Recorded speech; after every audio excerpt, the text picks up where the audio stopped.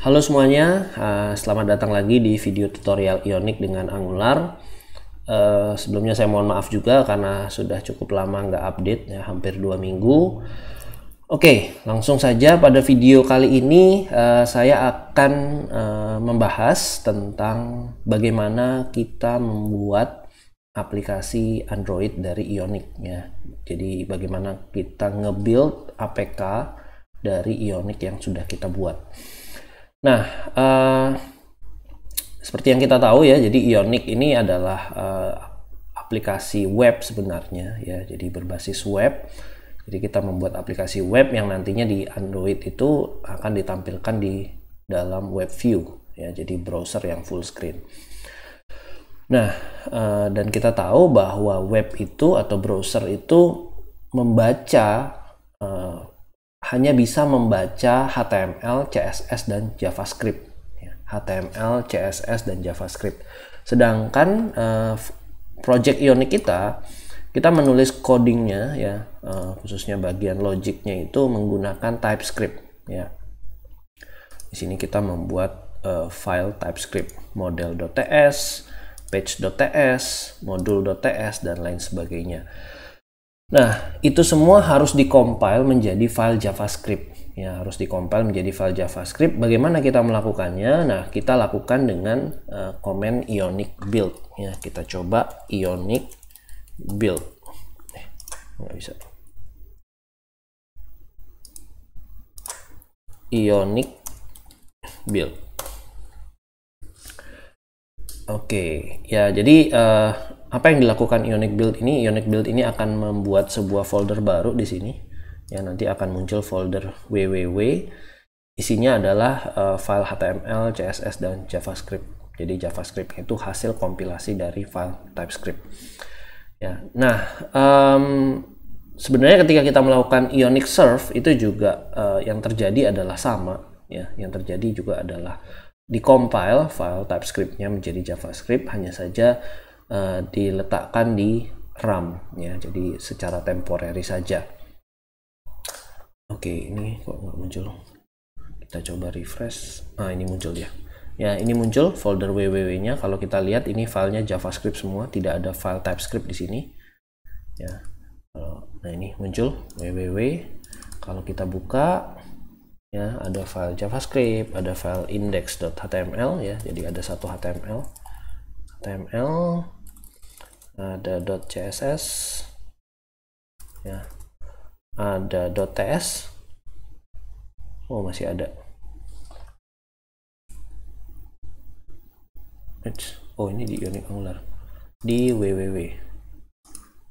Kalau kita cari bintang.ts, ya, sudah tidak ada lagi .ts. Bintang.javascript,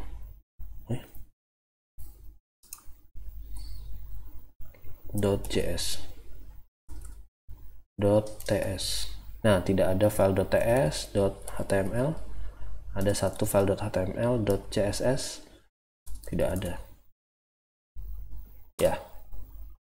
Tapi intinya itu, ya. Jadi sudah dikompil, ya, semuanya menjadi JavaScript. Dan kalau kita mau hosting aplikasi kita jadi tetap berbasis web, nah kita bisa upload folder www ini, ya, bisa kita upload folder www ini. Oke, setelah kita build, coba kita buka dokumentasinya kapasitor Ionic kapasitor. Ionic kapasitor Android. Nah, yang harus kita lakukan sebenarnya hanya dua, ya. Jadi komen yang harus kita buat yaitu npxcap add Android. Kita coba npxcap add Android. Nah, yang dilakukan adalah ini membuat project Android, ya, membuat project Android. Kalau kita tunggu beberapa saat, nanti akan muncul folder Android di sini, ya. Akan muncul folder Android. Ya, ini ada folder Android. Ini adalah file project Android, ya, file project Android. Nah, tapi ini masih kosong, ya. Yang berikutnya harus kita lakukan adalah kita harus mensinkronize atau Jadi command npx cap synchronize ini akan mengupdate dependency dan mengcopy web asset ke project kita. Jadi yang dimaksud dengan web asset di sini adalah ini. Folder www ini akan di-copy ke dalam project Android ini. Ya, jadi kita coba jalankan npx cap sync. Ya. Nah, setelah itu kita bisa buka project Android ini di Android Studio ya. Jadi kita buka Android Studio.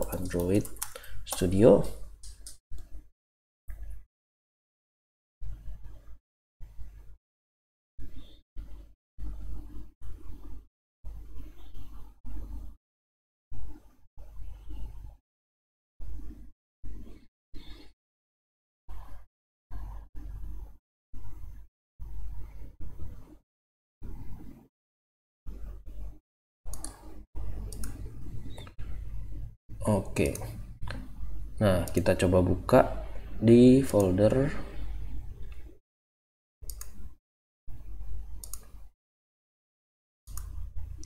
Nah, ini adalah folder project Ionic kita. Di dalam project Ionic kita ada folder Android. Nah, ini kita buka di Android Studio.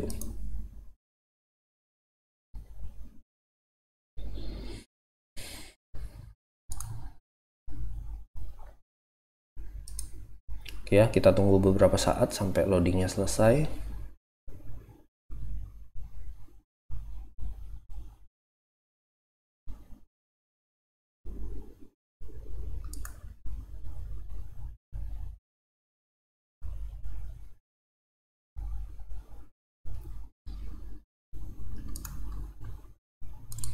Oke, ya jadi kalau kita buka di sini, nah ini ada folder Java-nya. Nah, ini main activity, hanya ada satu activity, dan kalau kita buka layoutnya di sini ada activity main.xml.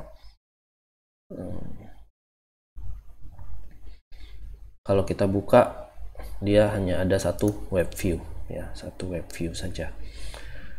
Oke, ya pada dasarnya sih kalau kita sudah jadi aplikasi webnya, seharusnya tidak ada masalah di sini juga ya. Tinggal kita compile saja, tinggal kita run. Kita coba run di virtual device.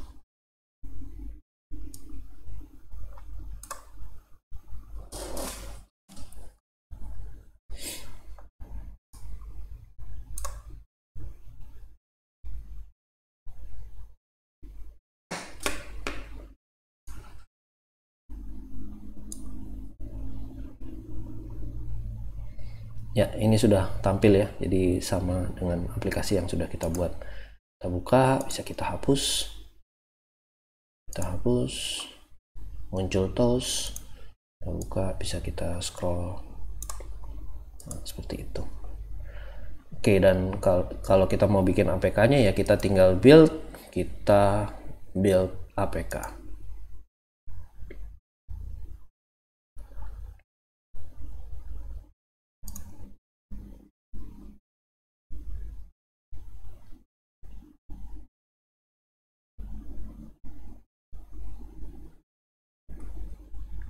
Oke, nah di sini sudah dibuat, kita coba buka.